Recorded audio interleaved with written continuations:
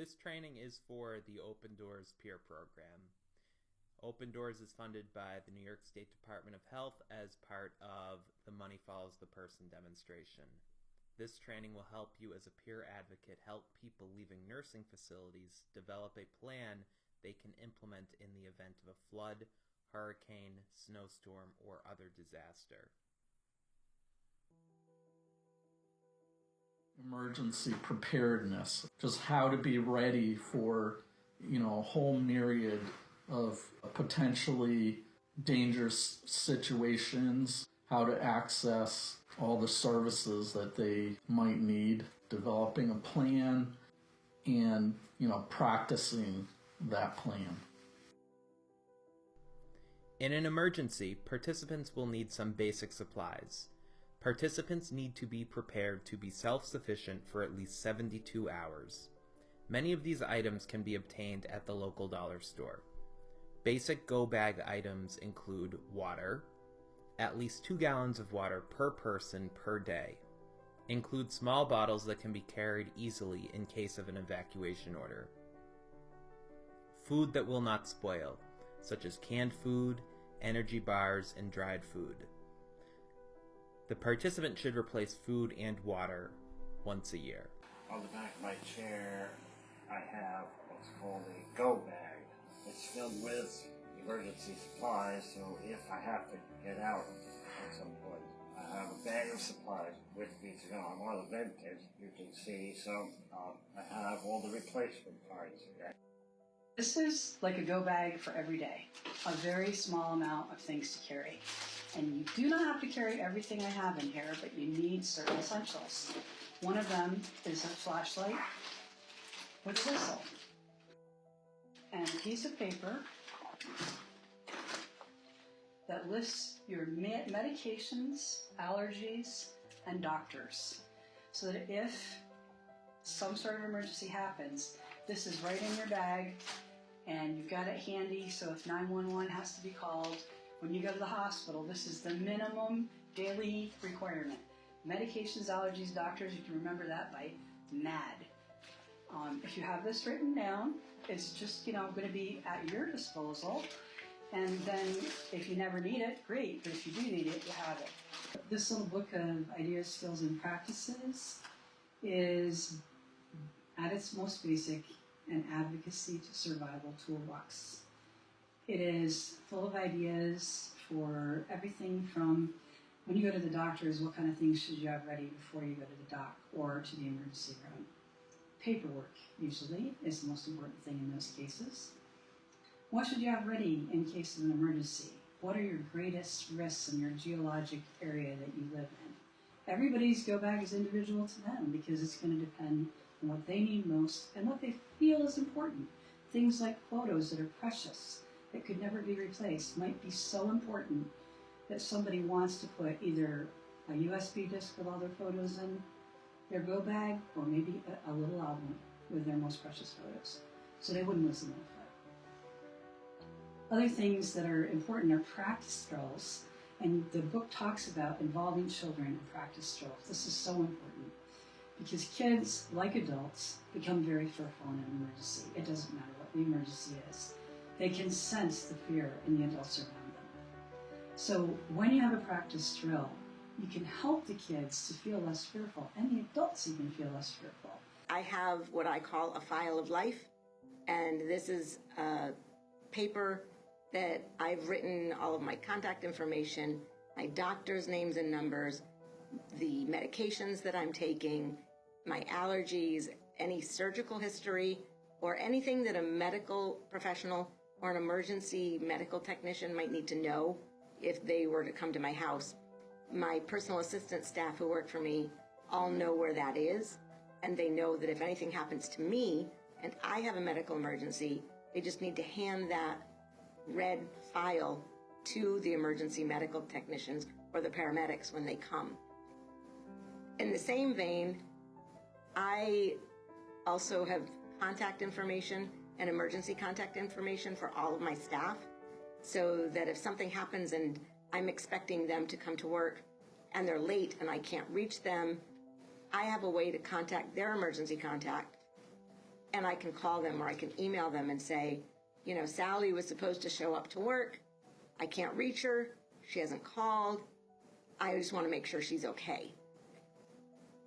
9 times out of 10, something benign has happened. But if I don't know that I need to be looking for someone else, then I'm not preparing, and then I could end up in trouble. When emergencies happen, and it could be anything. It could be the power going out. It could be there's a heavy thunderstorm and now there's flash flooding.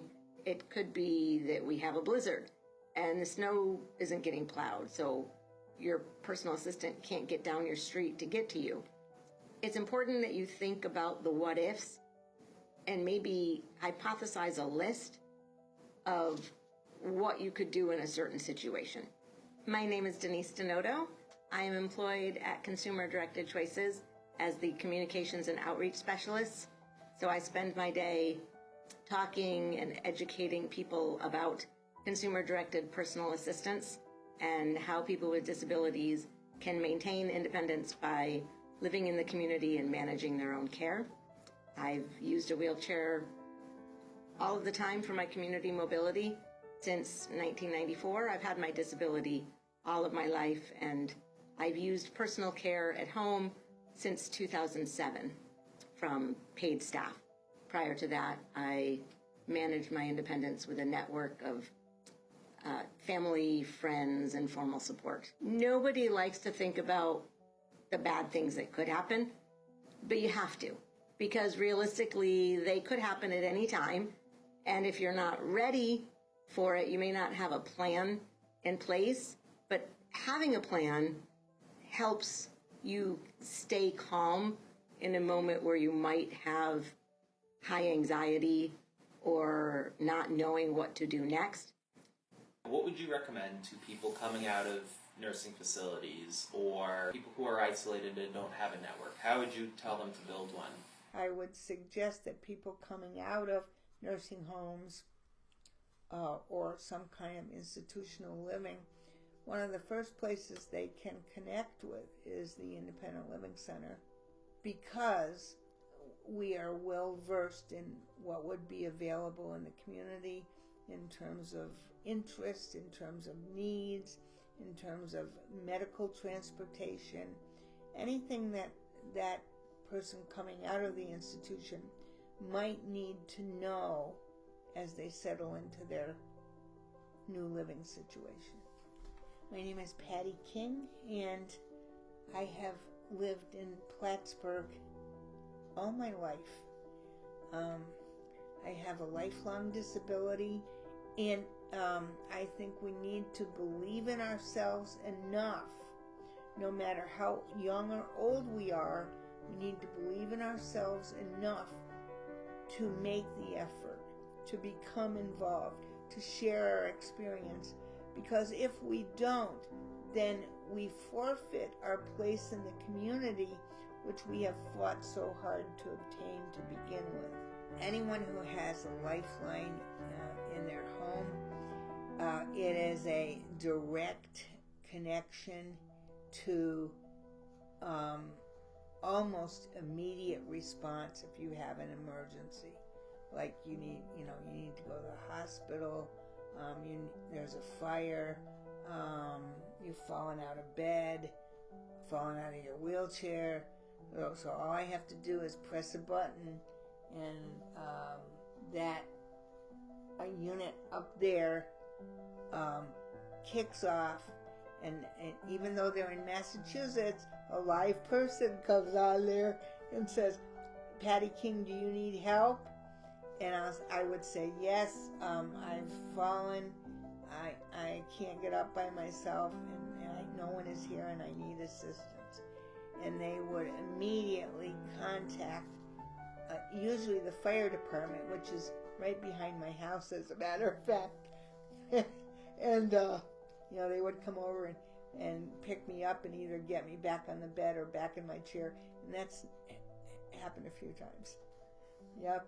So it's an immediate response mechanism if you have an emergency. Well, I'm Mike Gilmore. been here for 58 years. We sort of rebuilt the whole house from pretty much from scratch. And it's my wife Carol. Right? Yeah, two people. Yeah, well, all right, I won't tell anybody. So, anyway, she's had a problem. She ended up in a nursing home. And I wanted to bring her home, and everybody was against it.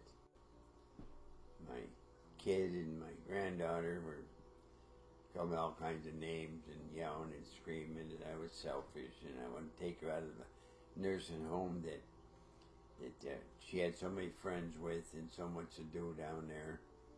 Well, it seems every time I went down, which was on Sunday afternoons, the only time I could get there because my daughter took me down. I didn't have my car on the road. And I go down there and she was just ready to go to lunch. So she went down to lunch. She sat at a table with 5 other women. All they did was sit there and stare at the floor in the middle of the table. No one talked. Nobody visited or anything. For all the friends she had. And all you could hear was the moaning and groaning around you from everybody else that actually really needed to be in there. Which is unfortunate, but that's the way it works, I guess. So after a period of time, I decided I was going to take her out of there. So I had a discharge meeting with them down there, which they told me all kinds of stuff. They had a letter from my doctor saying that I had dementia and that I wasn't capable of taking care of her. My daughter and granddaughter told them the same thing, except for the dementia. They said I couldn't take care of her at home. I'm here 24 hours a day with nothing else to do except take care of her. And we've been together long enough, I probably know her wants and needs, so I decided I was going to bring her home. But they told me I couldn't do that. They were going to have to call the police and have me arrested if I take her out, AMA and all. And so I just checked with the lawyer at Legal Aid, and he told me that I was perfectly within my rights, that I was her legal aid, and that I could take her out anytime I wanted. One of the unfortunately far too common things that we see with people wanting to move home from nursing facilities are all these like obstacles that they put up in the way. You know, saying that that a spouse has some condition, or saying that the house is inaccessible. Obviously, this took some perseverance. Like, what would you tell people about hanging in there? Well, if you want it, you've got to hang in there. You can't just give up. Most of the time, you got legal rights to what you're doing. How do you meet people? Probably through the church. Probably the easiest way to get started. Emergency planning isn't just a one-time thing, or it shouldn't be, because life changes. And so sometimes the plan has to change.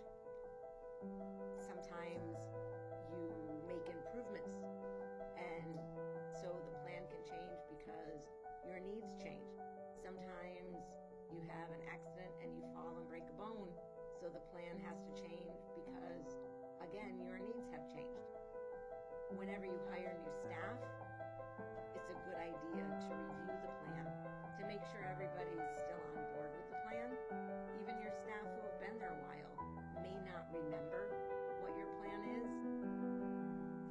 Businesses and offices and schools have fire drills, and they have drills for other emergencies. It's a good idea for you to review your plan as well on a regular basis. And that may look different for you depending on how often you have staff turnover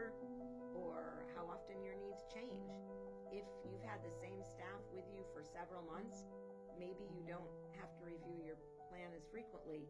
But if you've had a recent hospitalization, or if you've just come home from a nursing home or a rehab center and have new medical equipment or a new diagnosis or a new plan of activity, maybe you have to sit down and review your plan with everyone again.